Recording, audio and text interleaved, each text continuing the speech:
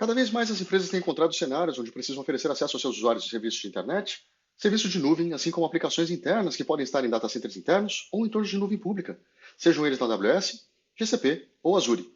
O grande desafio sempre foi como balancear a experiência de uso, compliance com as políticas de segurança e oferta de acesso ao máximo de usuários da empresa.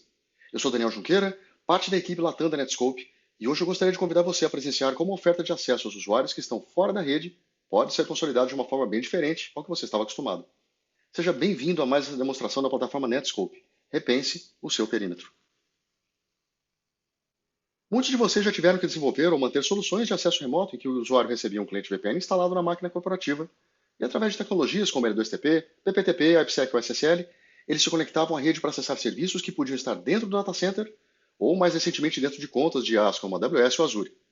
Um dos grandes problemas dessa forma de acesso é que tratam-se de VPNs. E se traduzirmos o N de VPN, podemos lembrar que um dos pesadelos de brecha de segurança relacionados ao acesso remoto tem a ver com a possibilidade do usuário ganhar acesso de rede, quando ele deveria ter acesso ao serviço. Uma máquina comprometida que tivesse acesso de rede a um aplicativo interno poderia, em teoria, ter acesso a um segmento inteiro em que outros serviços estavam montados. Para contornar esse problema, muitas das vezes, regras existentes ou extras de rede eram necessárias e soluções externas, o que só trouxe maior complexidade para a equipe de TI e de segurança corporativa. Outros problemas com esse tipo de acesso tinham a ver com a dependência de links corporativos em apresentar uma boa experiência de uso, além de ter que contratar links especiais quando o assunto era garantir uma VPN em direção a serviços de nuvem pública. Como se não bastasse os problemas anteriores, as regras de VPN pediam por acesso de entrada aos serviços, expondo muitas das vezes os segmentos internos de quem realizasse as regras, se os mesmos não tivessem o skill necessário ou tempo para conduzir as coisas da maneira correta. Agora, imagine se de repente você precisasse colocar toda a empresa para trabalhar nesse modelo tecnológico. Quase nunca os projetos de VPN foram pensados para um evento dessa natureza. E como essas soluções foram pensadas em appliances e links de internet, colocar todo mundo para trabalhar remoto significaria, quase na maioria das vezes, instalar e gastar um novo projeto do zero, sem contar a provável degradação de performance em aplicações que antes não precisavam passar pela rede corporativa. Foi pensando nesse caso de uso que a Netscope desenvolveu o NPA, Netscope Private Access, uma maneira bem mais simples e eficiente de garantir acesso seguro aos usuários remotos. O conceito é simples. Você tem a nuvem da Netscope, e nela você conecta cada um dos seus usuários remotos através de um cliente que fica instalado nas máquinas corporativas. Nessa mesma nuvem, você conecta suas aplicações, estando as mesmas dentro do seu data center ou de contas de IaaS. Com o NPA da Netscope, conexão montada utilizando o conceito de ZTNA, Zero Trust Network Access, você garante um modelo de negócio baseado em assinaturas por usuário, em uma estrutura com mais de 50 pontos de presença mundo afora, só aqui na América Latina com pontos de presença em São Paulo, Buenos Aires, Santiago e Bogotá, com mais pontos sendo instalados a cada trimestre. Nesse modelo de acesso, as suas aplicações internas são publicadas em seu tenant da Netscope e você não precisa criar nenhuma regra de entrada nas mesmas, além de permitir que cada usuário tenha acesso ao serviço que ele precisa. Nada mais. De quebra, a mesma estrutura da Netscope pode permitir que, através de uma console única, você consiga ver e controlar o que o usuário faz quando ele acessa as aplicações privadas, mas também a sites de internet e serviços de nuvem, sejam eles sancionados por você ou não.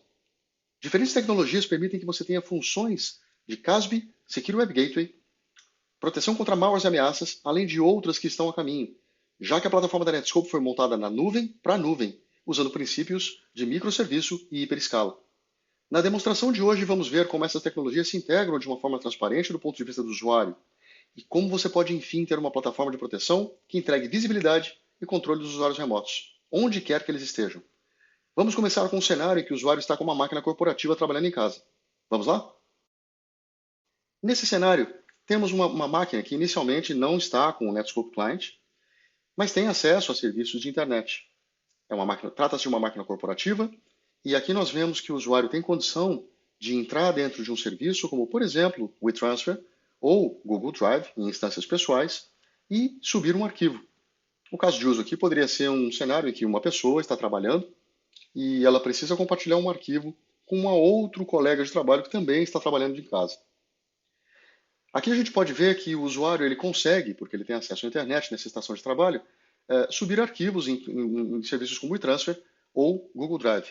E aqui a gente pode ver um documento que certamente iria violar conceitos de LGPD, porque continha muitas informações ali pessoais. Este usuário ainda não está na rede da Netscope, e a gente pode ver que, por mais que ele tenha acesso à internet, ele não tem acesso a serviços que vão ser apresentados aqui que estariam dentro de um data center privado ou em nuvem pública. A gente pode ver aqui que o usuário está tentando acessar serviços web montados num servidor que está dentro da AWS ou em data centers privados. Ele também não consegue acessar esse mesmo servidor via SSH, se ele precisar, ou ainda tentar conectar via Remote Desktop Connection, o RDP. O que eu vou fazer agora vai ser habilitar o cliente Netscope nesta máquina para mostrar que uma vez que ele está conectado, a gente tem a estação de trabalho conectada, a gente pode ver o status dela aqui com o NPA conectado, e agora ele tem acesso ao servidor que estava na AWS, o servidor agora de arquivos que está dentro do data center. Assim como ele tem acesso a esses serviços, ele vai ter condição de começar a trabalhar, né? O acesso é transparente, ele tem acesso agora a diferentes protocolos, não somente HTTP e HTTPS, mas virtualmente qualquer aplicação que suporte com o conceito de client-server e funcione com TCP e UDP. A gente pode ver aqui agora que o usuário tem acesso a SSH, ao mesmo servidor de arquivos que ele está acessando via HTTP, e também tem acesso RDP a uma máquina que está dentro de uma conta de IaaS, dentro de uma conta, por exemplo, da AWS. Nós podemos ver que não há o conceito de portal, o usuário não tem aquela experiência de que ele está acessando uma coisa externa, ele está passando por uma estrutura, ele simplesmente acessa o serviço, faz o trabalho dele, né? Independente de onde ele esteja. Então aqui a gente está vendo ele acessando uma máquina que está dentro do entorno da AWS, numa região dentro dos Estados Unidos. Parte desse serviço, a maneira como foi montada, permite que o usuário realmente tenha formas de trabalhar da maneira mais transparente possível. O que eu vou fazer agora vai ser mostrar um cenário que pode acontecer nas empresas, né? Então, de repente, eu posso ter um cenário em que o usuário está trabalhando agora num equipamento, esse equipamento está protegido pelo sistema da Netscope, e de repente o usuário ele precisou de repente compartilhar um arquivo que estava dentro de um servidor de arquivos interno da empresa, não estava publicado na internet, mas ele precisou baixar aquilo para compartilhar com outro colega que está na casa dele também trabalhando desde de um equipamento que talvez não seja corporativo. Então, de repente, essa outra pessoa pediu para ele compartilhar o arquivo usando, por exemplo, o WeTransfer, né? Por mais que a aplicação sancionada da empresa seja Google Drive, eles estão acostumados a usar o WeTransfer e aí, de repente, ele pediu para mandar esse arquivo nesse serviço. A gente pode ver que o serviço aqui agora da Netscope, a primeira coisa que ele está fazendo é fazer um coaching nos usuários. Porque o serviço da Netscope ele analisa mais de 30 mil aplicações para identificar o risco delas mesmas, para identificar se elas estão preparadas para você trabalhar. E se elas não estão, avisar realmente, ou ter condição de garantir que o usuário saiba que existe um risco ali, compartilhar o risco com o usuário. Bom, o usuário permitiu, justificou o acesso e tentou carregar o arquivo. Aqui a Netscope agora identificou o seguinte, opa, esse arquivo ele contém dados sensíveis, não pode ser transferido numa aplicação como o WeTransfer. O próximo passo que o usuário pode tentar fazer é carregar esse mesmo arquivo no Google Drive pessoal, né, para outra pessoa receber a informação. Mais uma vez, a Netscope detectou que aquela instância daquela aplicação, ou aquele entorno não era um entorno corporativo e, portanto, não permitiu que aquela informação fosse carregada ali. Mas, de repente, naquela mesma mensagem, poderia estar ali uma indicação dizendo o seguinte, olha, você tem que usar o seu entorno corporativo. Então, agora a gente pode ver que, num entorno corporativo do Google Drive, a Netscope ela consegue identificar que aquele entorno é um entorno corporativo e deixa o arquivo ser carregado. Então, realmente, você tem como manter para garantir que aquela informação fique onde deve estar. E se o usuário tentar acessar um site para tentar fazer o bypass da política de segurança, há uma forma de você controlar o acesso de navegação, porque tem dentro da Netscope ferramentas de Secure Web Gateway lá dentro. A gente pode ver aqui agora na console da Netscope que o administrador ele tem uma auditoria completa da informação que está sendo registrada, mesmo quando o usuário acessa serviços internos. Então aqui agora a gente está vendo eventos de rede em que o usuário acessa serviços diferentes, em protocolos diferentes. Então todo aquele acesso a HTTP, todo aquele acesso a SSH, o RDP, consegue ser monitorado aqui. Numa mesma console, o qual você também veria eventos de aplicação, eventos de Secure Web Gateway, de navegação, eventos de DLP, eventos de controle de ameaça. Então aqui agora, a gente pode ver os eventos do usuário sendo alertado, do usuário sendo bloqueado, né? Ele tem ali o alerta, o compartilhamento de risco, ele de repente sendo o registro de que ele foi bloqueado numa instância pessoal do Google Drive, e a gente pode ver ali a identificação da instância, e mais tarde a permissão do upload daquele arquivo, agora numa instância corporativa.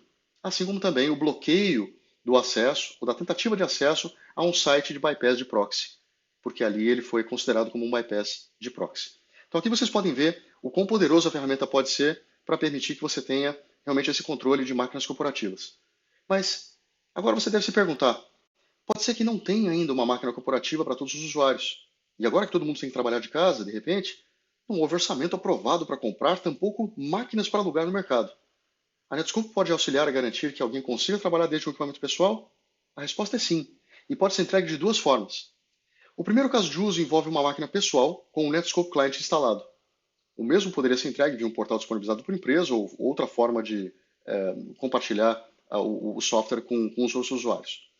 Para que os usuários possam realizar tarefas mínimas em aplicações sancionadas da empresa, assim como acessar parte das aplicações privadas em um entorno interno ou em nuvem pública. Nesse formato, os usuários podem acessar as aplicações, mas por estarem acessando desde máquinas pessoais, eles ganham acesso a aplicações sancionadas, mas com um número maior de controles aplicados pela plataforma da Netscope, já que a mesma consegue identificar a postura de segurança das máquinas, diferenciando entre máquinas gerenciadas ou pessoais, baseado em parâmetros como criptografia de disco, processos em execução, certificado SSL, entre outros. O segundo caso de uso envolveria máquinas pessoais que decidiram não instalar o cliente da Netscope, mas precisam acessar aplicações sancionadas para realizar tarefas básicas como leitura de e-mails, pré-visualização de arquivos, etc. Esta é uma das maneiras extras às quais você também pode consumir o serviço da Netscope, em que os serviços de nuvem sancionados, como Office 365, G Suite, entre outros, são entregues via soluções de single sign-on que suportem SAML versão 2 ou WS-Fed.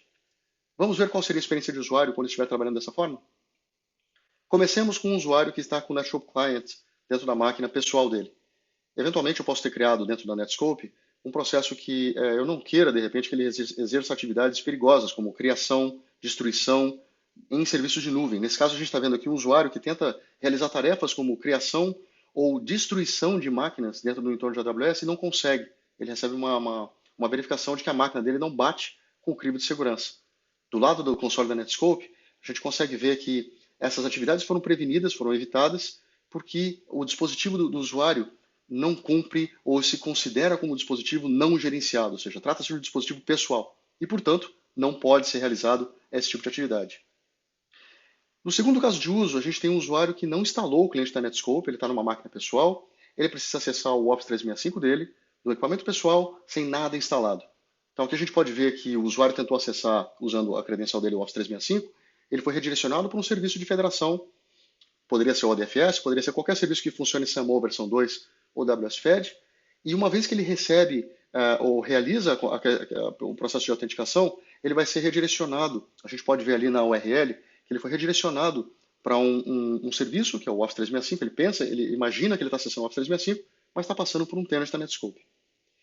Ele começou a fazer o trabalho dele, e eventualmente você pode ter criado um entorno dentro da plataforma da Netscope, o qual permita que o usuário veja arquivos dentro do OneDrive, consiga trabalhar, pré-visualizar, mas ele não consiga compartilhar, não consiga realizar tarefas que significam risco para a empresa. Pode não ser interessante eu permitir que, desde uma máquina pessoal, eu realize tarefas como, por exemplo, destruir arquivos, compartilhar arquivos, fazer download dos arquivos, ou ainda carregar arquivos para o entorno de nuvem, porque eu não sei como é que está a postura de segurança dessa máquina pessoal.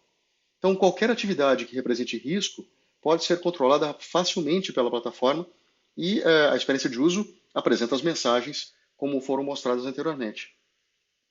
Do lado da plataforma da Netscope, a gente consegue ver que nessa mesma console que tinha sido apresentada até então, esses eventos eles são registrados agora através de uma metodologia de acesso chamada proxy reverso, que permite que você tenha o tráfego redirecionado pela plataforma da Netscope através desse processo de federação que a gente viu acontecendo aqui. Então, essas atividades são registradas para permitir que você tenha controle dos usuários, independente de onde eles estejam. Essa demonstração procurou mostrar para vocês um pouco da visão da Netscope em que o usuário remoto pode receber ferramentas para trabalhar em diferentes aplicações, onde quer que eles estejam, enquanto as empresas oferecem um controle mais eficaz dentro das políticas de segurança. Se quiser saber mais sobre esses casos de uso e outros suportados pela plataforma da Netscope, baixe o nosso novo e-book. O link está registrado aqui junto com esse vídeo, ou entre em contato conosco através do e-mail latam@netscope.com. Obrigado por assistir esse vídeo e até a próxima. Netscope, repense o seu perímetro.